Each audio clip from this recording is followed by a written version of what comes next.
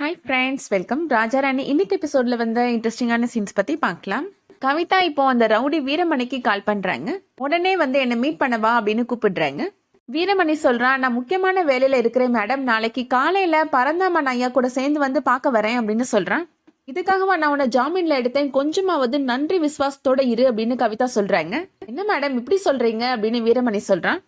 கவிதா சொல்றாங்க, என்னோட மொத்த பணத்தையும் ஆம்புலன்ஸோட சேர்த்து சீஸ் பண்ணிட்டு அந்த சந்தியா கொண்டு போயிட்டா அப்படின்னு சொல்றாங்க. என்ன மேடம் இதை முதல்ல சொல்ல மாட்டீங்களா அப்படின்னு சொல்றான் வீரமணி. கவிதா சொல்றாங்க, அந்த பணம் உடனே என் கைக்கு வந்தாகணும், அப்படி வந்துச்சுன்னா உனக்கு ஒரு ஷேர் கொடுக்குறேன் அப்படின்னு சொல்றாங்க. ஷேர்லாம் எதுவும் வேணாம் மேடம், நீங்க என்ன வெளியில கொண்டு வந்தீங்களா அதுக்காகவே நான் பண்ணுவேன் அப்படின்னு வீரமணி சொல்றான். எனக்கும் சந்தியாவுக்கும் ஒரு கணக்கு தீக்காம அப்படியே கிடக்குது, கூடிய சீக்கிரமா நான் முடிச்சிடுறேன் மேடம், நான் பாத்துக்கிறேன் அப்படின்னு வீரமணி சொல்லிடுறான். வீரமணி 3 ரவுடி பசங்களை கூப்பிட்டுட்டு சந்தியா வர காரை மறிச்சு நிப்பாட்டுறான். என்ன நான் கொடுத்தது மறந்து போச்சா, இன்னும் வேணுமா அப்படின்னு கேக்குறாங்க சந்தியா. ஏய் போலீஸ், நீ கொடுத்ததை நான் திருப்பி கொடுக்கறதுக்கு தான் வந்திருக்கிறேன் அப்படின்னு வீரமணி சொல்றான்.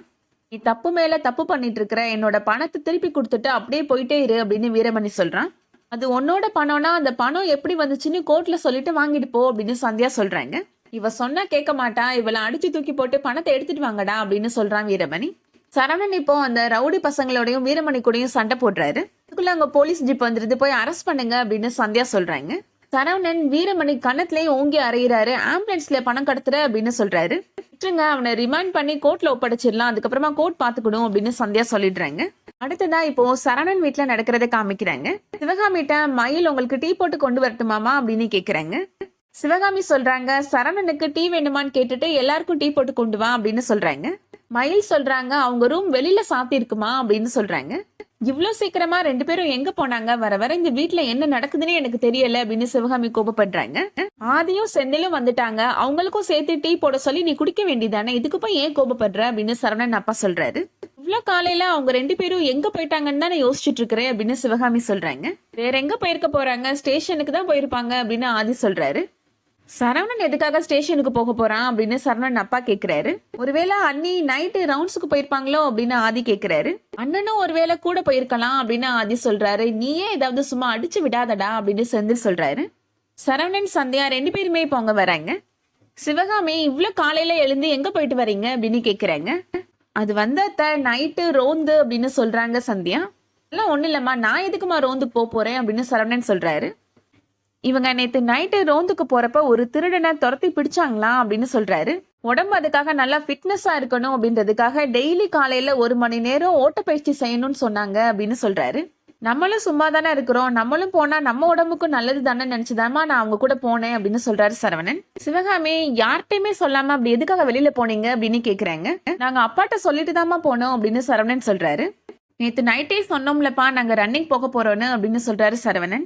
சரவணன் அப்பாவுமே சமாளிக்கிறாரு. ஆமா சொன்னாங்க, நான் தான் மறந்துட்டேன் அப்படின்னு சொல்றாரு. என்னமோ சொல்றீங்க, நானும் நம்புறேன் அப்படின்னு சொல்லிட்டு போறாங்க சிவகாமி. என்னடா சரவணா திடீர்னு இப்படி சொல்லிட்ட அப்படின்னு சொல்றாரு சரவணனோட அப்பா. எல்லாம் ஒரு சமாளிபிகேஷன் தான்ப்பா அப்படின்னு சொல்றாரு சரவணன். சிவகாமிட்ட எனக்கு அடி வாங்கி கொடுக்காம விட மாட்டான் போல இவன் அப்படின்னு சொல்றாரு அவரு. தேங்க்ஸ் மாமா அப்படின்னு சொல்லிட்டு போறாங்க சந்தியா. சந்தியா பத்தின நியூஸ் இப்போ நியூஸ் பேப்பர்ல போட்டிருக்காங்க. இதுக்காக தான் மருமக ஒருவேளை நைட்டு போயிருப்பாளோ அப்படின்னு சரவணனோட அப்பா நினைக்கிறாரு. யார் கண்ணிலே படாம மறைச்சு வைக்கணும் அப்படின்னு அந்த பேப்பரை கொண்டு போய் மறைச்சு வைக்கிறாரு. சிவகாமி இப்போ அவங்க வராங்க. ஆமாங்க, இன்னைக்கு என்ன செய்தி, பேப்பர்லாம் படிச்சீங்களா அப்படின்னு கேக்குறாங்க. இன்னைக்கு பேப்பரே வரல சிவகாமி அப்படின்னு சொல்லிடுறாரு அவரு. பையன் கரெக்டா வந்துருவானே அப்படின்னு சிவகாமி சொல்றாங்க. நீங்க அந்த டிவியை ஆன் பண்ணுங்க, நியூஸாவது பாப்போம் அப்படின்னு சிவகாமி சொல்றாங்க. ரிமோட் எங்க போச்சுன்னு தெரியலையே அப்படின்னு சொல்றாரு அவரு. ரிமோட் இல்லைன்னா என்னங்க, அந்த பட்டனை ஆன் பண்ணுங்க, டிவி ஆன் ஆயிரும் அப்படின்னு சிவகாமி சொல்றாங்க. இவ விடமாட்டா போலையே அப்படின்னு சரவணன் அப்பா மனசுல நினைக்கிறாரு. டிவியோட கனெக்ஷன் பிளக்க பிடுங்கிடுறாரு. என்னன்னே தெரியல சிவகாமி, ஆன் ஆகவே மாட்டேங்குது அப்படின்னு அவர் சொல்றாரு. காலையில இருந்து எல்லாமே மர்மமாவே இருக்குங்க அப்படின்னு சொல்றாங்க சிவகாமி. நான் போய் என் வேலையை பாக்குறேன் அப்படின்னு சிவகாமி எழுந்து போயிடுறாங்க.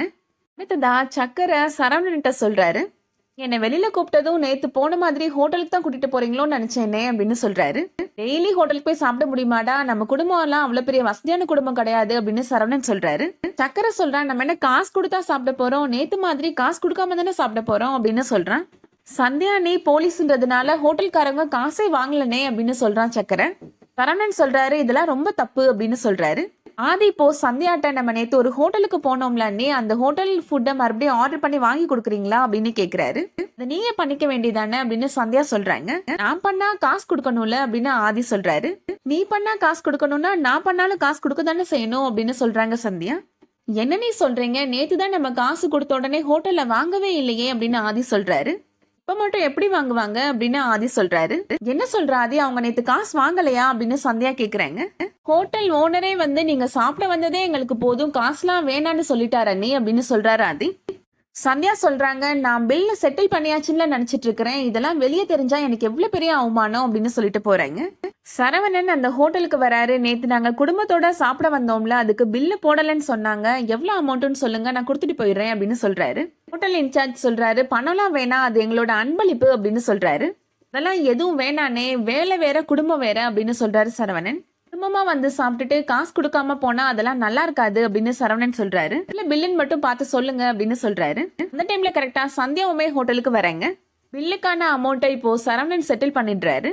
சந்தியா இப்போ அவங்க வராங்க. ஆதி சொல்லிதான் எனக்கே தெரியும் ஹோட்டல்ல நம்ம காசு கொடுக்காம சாப்பிட்டோம் அப்படின்றது, அதனால பில்ல செட்டில் பண்ணிட்டு போலான்னு வந்தேன் அப்படின்னு சொல்றாங்க. எனக்கு முன்னாடி நீங்க வந்து நிக்கிறீங்க அப்படின்னு சந்தியா சொல்றாங்க. சரவணன் சொல்றாரு, எனக்கே சக்கரை சொல்லிதான் தெரியும், அதனாலதான் அடிச்சு பிடிச்சு ஓடி வந்தேன் அப்படின்னு சொல்றாரு.